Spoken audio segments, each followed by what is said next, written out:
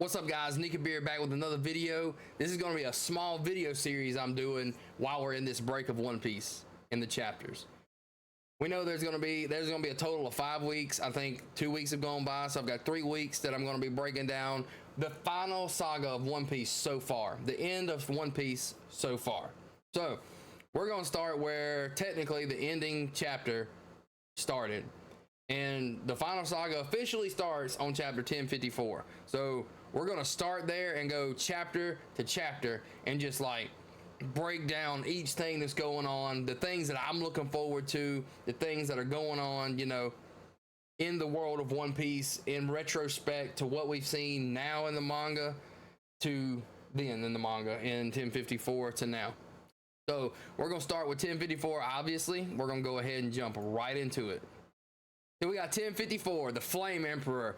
This chapter was really awesome. We got to see Green Bull in action for the first time, and it was really awesome. It sucked at the same time for some things, you know, because Shanks coming there and just made him just like run away like a little girl on the playground from a bully or something, which was a total letdown for me because I was really wanting something big out of him. But I also know that every time that Oda shows off one of these guys, the admirals, it's only a showcase, and we don't actually see them do a lot. We only see them do just a little bit. So we're starting the chapter. You see he's walking through Wano. He's actually making plants grow, which is absolutely crazy. And for Wano, he could literally do Wano a humongous favor by literally just walking through the land of Wano and making its vegetation grow back again. But of course, he's an admiral, and they're not part of the world government, so that's whatever. And this right here was freaking nuts. The dude literally is like, my Logia power is the power of nature incarnate. And that's gonna mean more than just that what we see right here with his arms being trees and stuff and roots. He said nature itself. Nature involves a lot more than just trees. Even though it says the forest fruit, you know, everything that is involved in a forest, I'm going to expect to see, like, probably he will have all kinds of plants that probably poison people, like can cause instant death, like anything that's a plant on like Earth that we can think of right now, and whatever else Oda can think of by combining plants. Like, it'll be insane. And like, let's see. He says, do you have any clue about how the outside world works? The celestial dragons are the gods. A country like this, one with no ties to the world government, has no standing. And he just like goes nuts on the guys, you know. And he's basically kind of like, look, like people don't like the character, the way he is, the way he looks at the world at all. See, like right here, no laws will be broken if you all died here. You can go ahead and try to stop me. I'll butcher thousands of your people just because. Just because he wants to try to look good to Akainu. You know, dude's crazy. Let me see. We're going to go further down.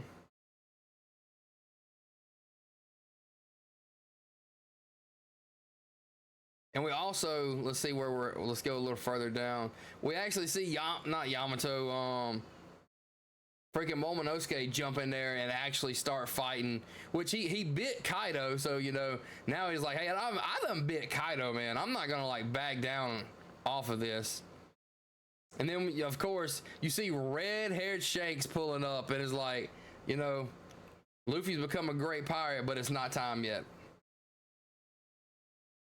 This is pretty cool. Boss, let's go see Luffy already. He really is something now. Hang on, I'm not ready to meet Usopp yet. Dead be dead. Kid's here too, right? It hasn't been that long since that brat tried to pick a fight with us. Look at this. It's Red Hair's ship. Seems like they've got CP9 agents aboard. What a pain. Yep, and it goes back showing where he stole the freaking Nika fruit. And there's, wait, is that who's who? No, I don't think that is. Is it? I don't know. I don't remember. It's been so long. That might be. I'm not sure, though.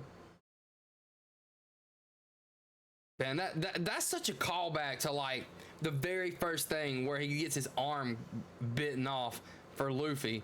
And like the thing is, I don't feel like he had to, so I'm wondering what his reasoning is behind losing his arm, because he totally could have stopped the Sea King from like eating his arm.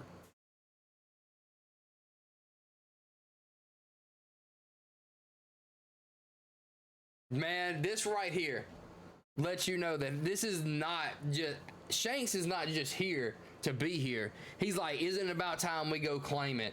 The One Piece. The man is like, we are fixing to go after the One Piece.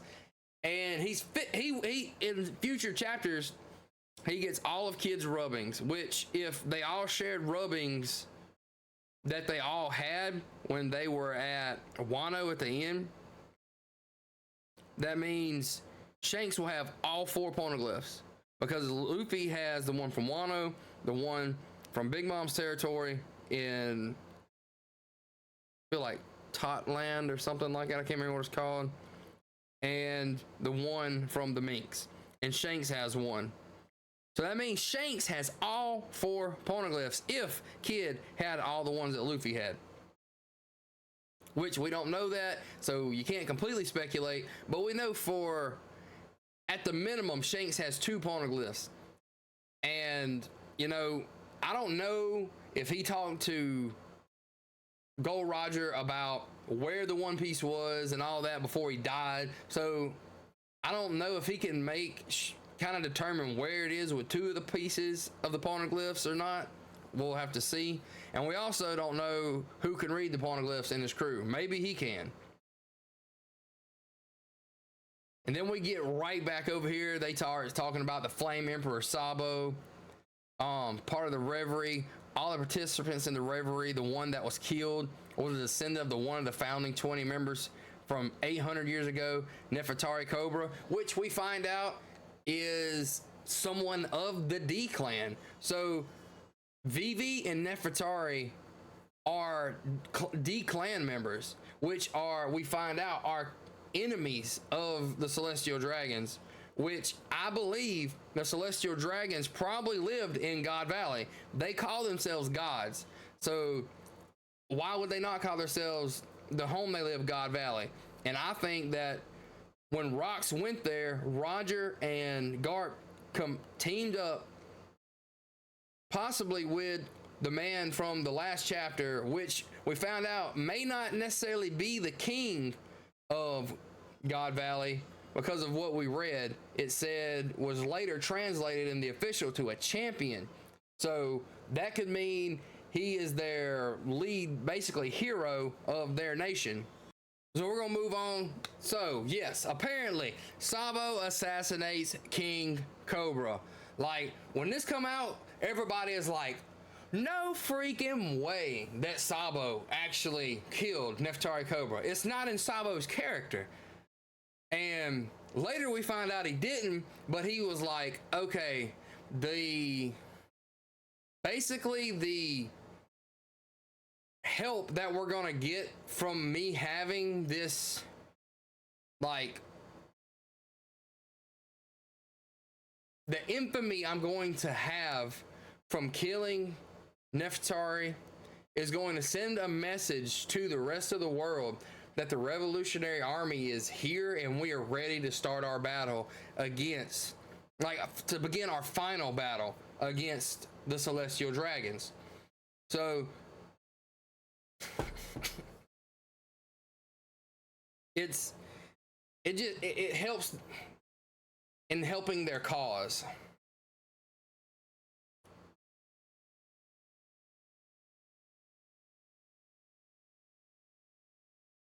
We scroll down to the next panel. A few hours before that, they attacked the homes of the Celestial Dragons in the Holy Land, destroying a monument of the Divine Dragon Claw and the symbol of the World Nobles. It was a blatant declaration of war.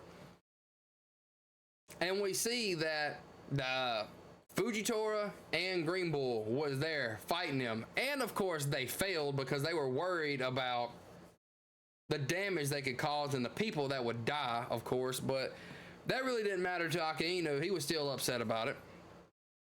And then right here, Vivi, currently missing. Nobody knew where she was.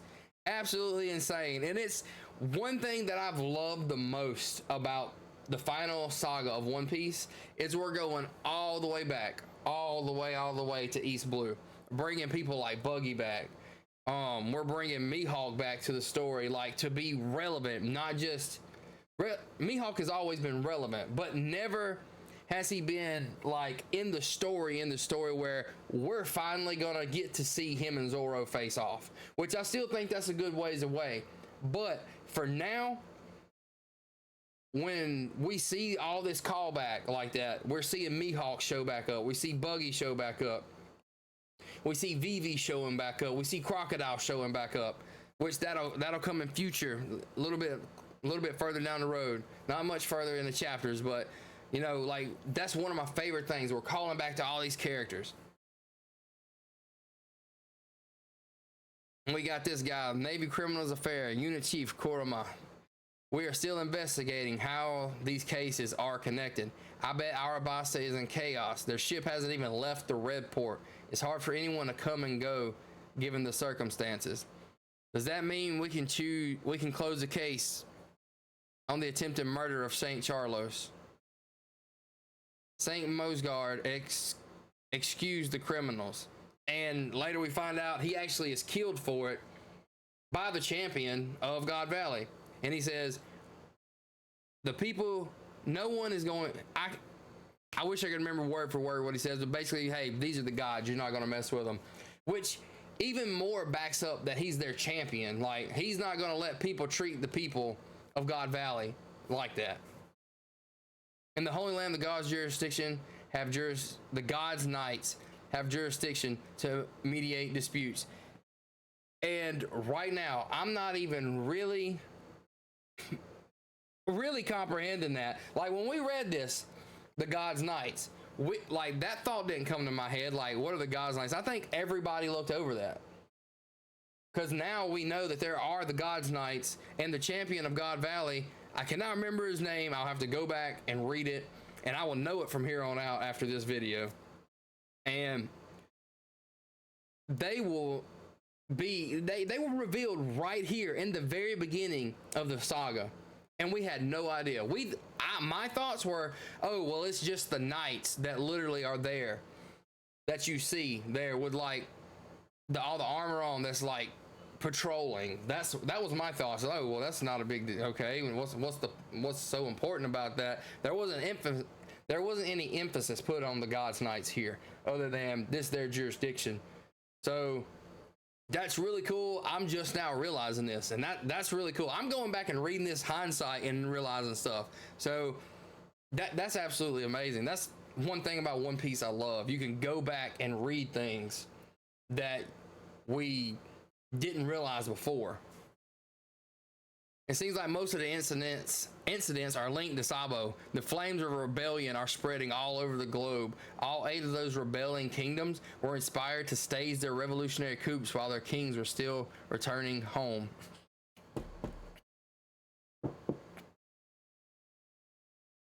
And that's why I say Sabo doesn't care that everybody thinks he actually killed Nefertari, because it's, like I said, it's spreading. The flames of rebellion are spreading over the globe. And that's because he's like, okay, this is going to help our cause in the end. It's not who I am, but it's going to help us. It's almost as if they're worshiping him like a god. And we already knew Sabo was going to be important when we seen the backstory with him, Ace, and Luffy, and him showing up in Dressrosa, him fighting Fujitora for a little bit, you know, like him going toe-to-toe with the Admiral. With the growth of his legend, you could say his influence is greater than of the rebellious dragon himself. Literally, greater influence than the leader of the freaking Revolutionary Army himself, which is Luffy's father, which he is going to, I feel like in the end, before we realize it, Dragon is going to have influence and deep rooted and so deep into this story that we don't even realize how deep it is yet. And honestly, his abilities is one thing I'm ready to see. Is he going to be like an all hockey fighter, or is he actually going to have a devil fruit? Because we first see him way back and the east blue right before they go to the Grand Line. And it's absolutely crazy because the weather completely changed when he got there. So is he gonna have a devil fruit that completely changes how the weather works? Can he use tornadoes? Can he create tornadoes like in his hands? You know, rain, who knows? Lightning, for God's sakes, like Big Mom. Who knows what this man can do? I reached the rank of Fleet Admiral during one heck of an era.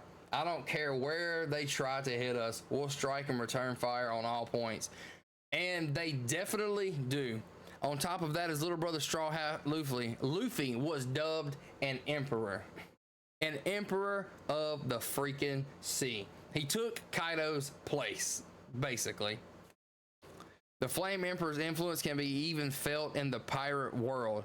His younger brother just upended their status quo. Right now, the times are being forced to change. We'll strike back and return fire on all fronts.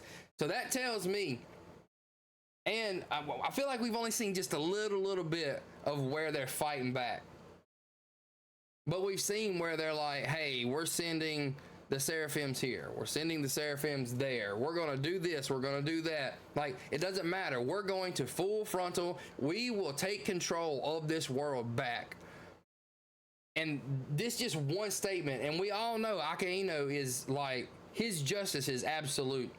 Whatever he says, that is what he is going to do. He will die trying.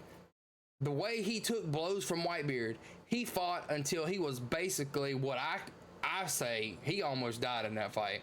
There's no way he had much left in him at all when Whitebeard passed, when Whitebeard finally actually died. And it was absolute. Whatever he was doing it to the bitter end. And where he's like, we will strike back and return fire on all fronts. So they're going to go to all these places where the Revolutionary Army is trying to take them and change the way things are going, and they're going to completely eradicate anything and everything in their way. They're already sending people to Egghead, where Luffy and them are going to be soon in the manga at this point in future chapters, to take out people like Vegapunk so he can no longer pose any problems. So, and he's worked closely with the world government for years, and they're taking him out. So every loose end they're taking out. They're getting ready for the final war. And we even see where they said it was the Mother Flame, but apparently that translated to something else as well. The Mother, I can't remember the Mother Frame. So we don't even really know, and we've seen it above the sky, above everyone, creating a shadow over everything. So it's some type of mechanism that he created that is a literal island destroyer, or an island like mover, like it'll sink it. Who knows? We just know that the island was gone. But yeah, we're gonna stop with this chapter though. This was 1054. I'm gonna be doing every chapter, just going through every chapter, just breaking it down. So until next time, guys, peace.